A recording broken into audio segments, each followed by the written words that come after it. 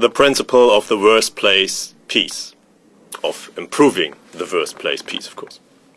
In the literature, it is also sometimes called Markogonov principle.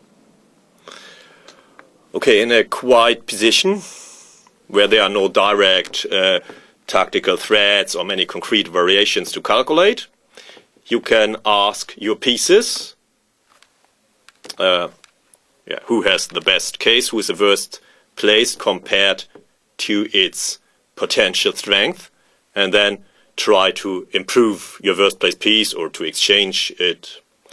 Okay, so what to do with white in Karyakin Wang Hao Supreme Masters 2013? Which is the worst place piece? What do you think? Okay, let's start with the Rook D1. The Rook D1 is on an open file, well placed, or maybe let's start even one stage earlier. Why is this a quiet position?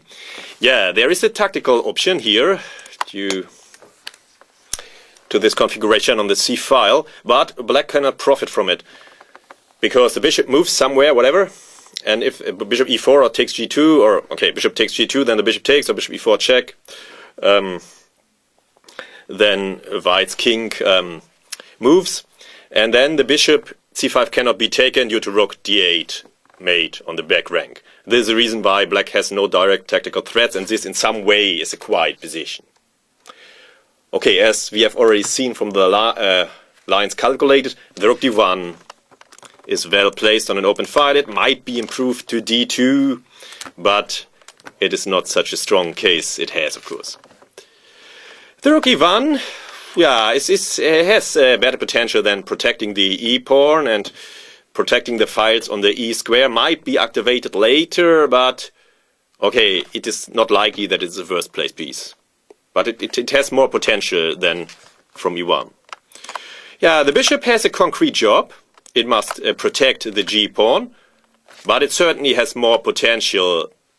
But who knows, the worst place piece, if not, and then it's a question, if it's the worst place piece, if it's possible to improve it, or if it doesn't make sense. Okay, let's go ahead. But it has a concrete job. This of course must be considered as well. Yeah, the bishop c5, okay, is very well placed, but it has this tactical problem with the rook c8, so it might be an option to improve it, to go out of this tactical problem. Yeah, okay, finally, what about the kings? Of course, there are also the pawns, but the principle in Markogonov's spirit, I think, is about the pieces. But we could, of course, include the pawns if we want. The king, yeah, the king has more potential than from b1. Yeah, it is on a light square where the bishop can give check. It is far away from the center. It has not really important jobs here, so I think the king has the best case. King b2. Now it's on a dark square. The bishop cannot give check. The knight could give check, but the pawn b3 dominates the knight in that direction. And so the king had the best case, and Karyakin improved it. Okay, now Wang Hao solved the problem of his back rank. After g3 and rook g4, now, yeah, g3 improves the pawns on the king's side and takes the burden from the bishop f1 away, so it can now be improved sooner or later. But here, the bishop c5 has the best case due to this tactical problem, and yeah, bishop e7 would also be very strong, but there is nothing wrong with bishop e3, of course. It's more human in a way, I think. Bishop e7 is a computer move. Yeah, now the rook must move, as white doesn't want to exchange, of course, but white wants to keep the bishops. Yeah, and there are two options, rook d3, which is also very strong, but a lot of concrete lines must be calculated. The computer suggests it because it is strong at such calculation. While Karyakin wants to exchange, black's active rook, typical human logic, also very strong.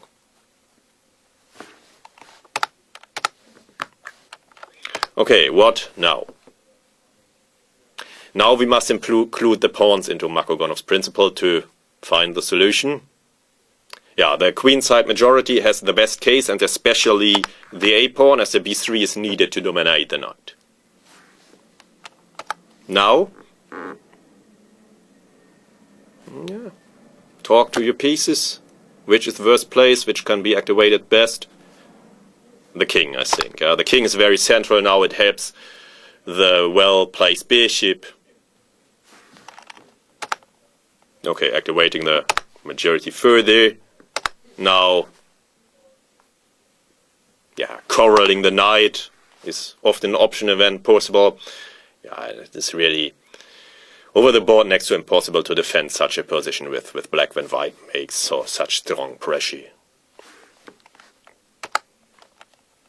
Yeah, the bishop of the bishop pair, which has no counterpart, gets stronger and stronger. It might be called the green bishop somehow. Okay, what now? What did Karjakin play? Which is white's worst placed piece and how to improve it?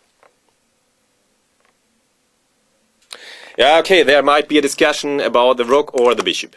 But I think bishop d3 is most logical because the bishop must move to d3 if it wants to be improved to increase its potential to play on both wings. While the rook has many options. It can go to the a file, it can go elsewhere later. This such flexibility way of looking at matters is often good. The rook has more options. So it should remain flexible. The choice should not be made now. Well, the bishop has only one option, so the choice can be made now. Such kind of flexibility often helps when using Markogonov's principle. Because more than one piece might be in some way the worst place, or it might be possible to improve it, and then this way of looking at matters afresh helps to decide it. But chess is a concrete game. Never play on such principles alone. Always look at the resulting positions, make concrete calculations. Yeah, now it's a very tough defensive job. Wang Hao should have played rook d7, waiting, doing nothing, but doing this really well, as Tony Miles once put it. And then black can still harbor hopes to defend, but over the board it's next to impossible. Because white has such strong pressure with his bishops. Well, f5 was definitely a mistake. Don't play on the wing where your opponent is stronger and wants to play, and don't open roads for him.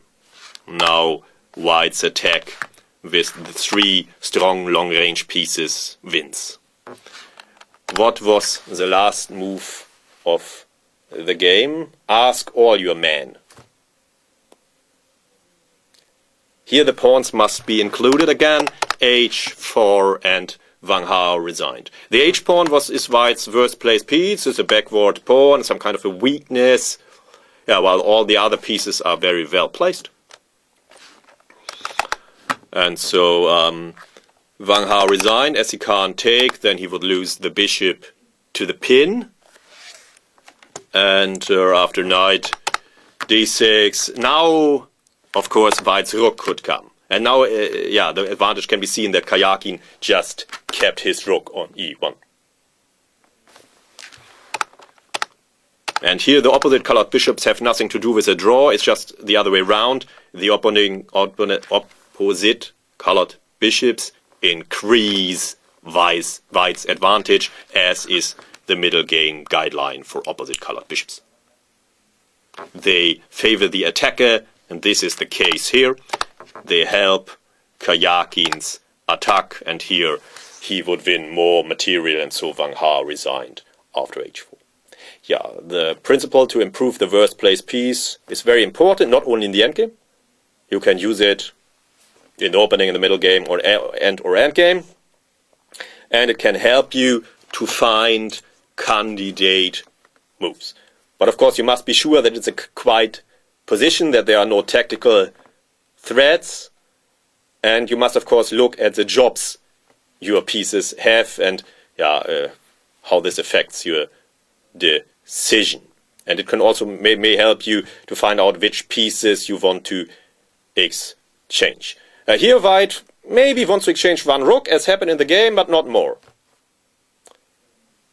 Or two rooks only if then the technical endgame is clearly winning. Otherwise, the additional rook often helps the bishop pair as our guide line. And this was also the case in the game. In the attack, White's rook was very, very powerful, helping the bishops a lot. So it was much easier than our technical endgame would be. The bishops would also be very, very strong in the technical endgame, but here it is directly game over.